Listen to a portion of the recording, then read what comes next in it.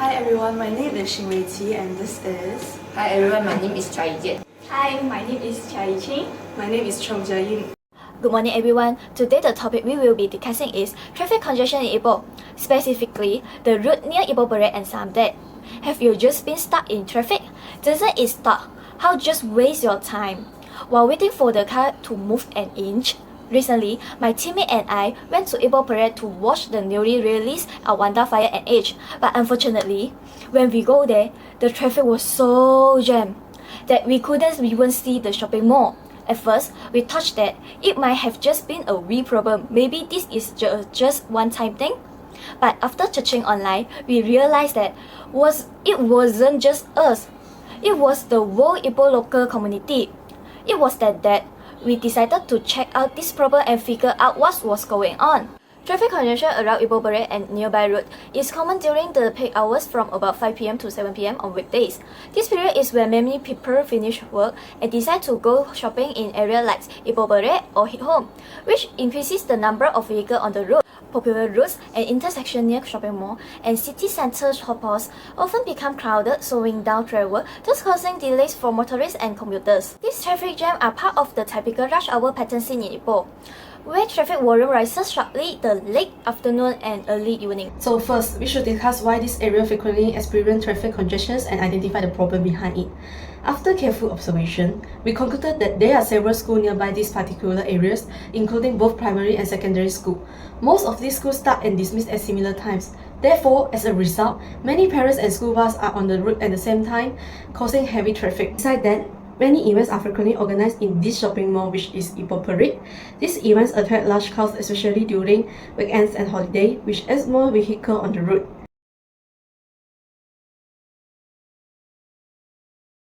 Moreover, this area is home to popular places such as Palo 101 and Soho. These locations are well-known hangout spots, so many people visit them daily. Lastly, this area is located in the center of the city, making it a main route for commuters. All these factors together contribute to serious traffic congestions, causing you to wait in line for hours on end. There are many reasons why this route becomes so jammed. It could be because of the multiple events held in there, or there are many schools nearby. But knowing this fact, why doesn't the problem be solved? We believe that the main problem is the road itself. The road is too small compared to the amount of cars pass by every day. Another major cause is illegal parking. Parents, while waiting to pick up their children, double park on the roadside, which causes problem to other drivers. Because of this, the road cannot handle the heavy traffic, causing traffic jam, making it hard for the vehicle to move. After understanding the situation, we decided to interview some local residents. So I will start with the first question. Do you think the road outside of Passan get jammed a lot? Basically, I think during lunch hour will be jammed a lot. I think maybe it's due to the school after school, then everybody come up for lunch. Why do you think so? Yeah, because nearby got a lot of school here, especially got Samtet and another Mariam Convent. It's a really big school of many students. Yeah. How do you think we should solve this problem? I think company can prepare some transport to their house and like bus. This can decrease the traffic jam and take hours. So moving on for our solution, right, we created this prototype, a model of a flyover road, as you can see in front of Parkson and Samtek. The reason why we choose to create a flyover road instead of maybe increasing the fines or having more traffic police officers go around this area is because that we think that even if we were to do that, people would still not care. They would still double park around this area thinking oh, maybe as long as the police isn't here, we can park here. So we think that making a flyover road is the best solution to this problem. As you can see, we can separate the cars into 3 categories. One that goes to Samtek, that wants to fetch their kids, can go into this small little area and park there and wait for their children. Another is those that want to pass this area, and last is those that want to go to Parkson. And if you were to notice, there used to be a bridge around this area from Samtek to Parkson, but since we want to make this flyover road, right, we decided to get rid of that bridge and instead to put this traffic light that is one that is similar to Quest, where it only turns red when a student presses a button, and there's a crossroad for the student to cross from Samtek to the hotel in Parkson. So, in conclusion, though this project might take some time and money, I think this road will really improve the safety of our cars. But not only that, it will also help with the overall economic activity happening there, and of course, the traffic congestion. it will drastically help to increase local satisfaction and improve the quality of life for the Ipoh local community. But of course, those are just our ideas. But hopefully, in the future, we will see the changes to this problem soon. Thank you for watching. Thank you Bye. for watching. Bye. Hi, my name is Mei Qi and this is my self-reflection. One of the main contributions that I did for this project is that I created the prototype, which is the flyover road for the solution.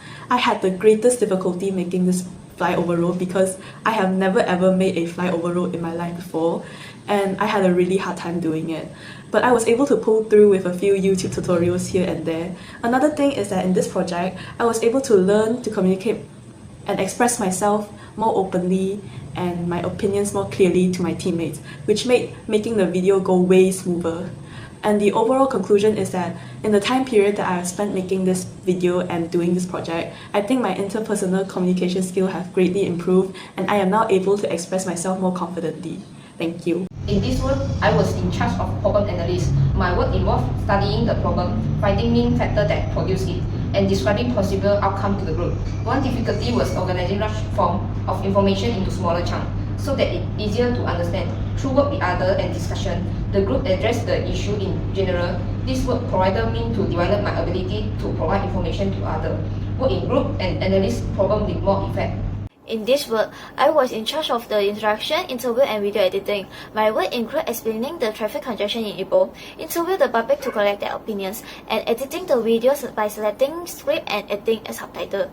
One challenge was managing different tasks and organizing the information clearly. Through discussion and collaboration with my teammates, I was able to overcome this challenge. Overall, this work helped me to improve my communication skill, teamwork, and ability to manage multiple responsibilities. In this project, my main contribution was identify the problem of the topic we chose, completing my assigned tasks, and supporting my group members during discussions. I helped by sharing opinions and listening to others.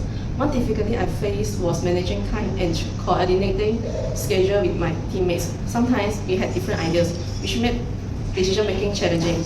However, we overcome this by communicating openly and respecting each other's opinions. Through this process, I learned to be more responsible and flexible when working in a team.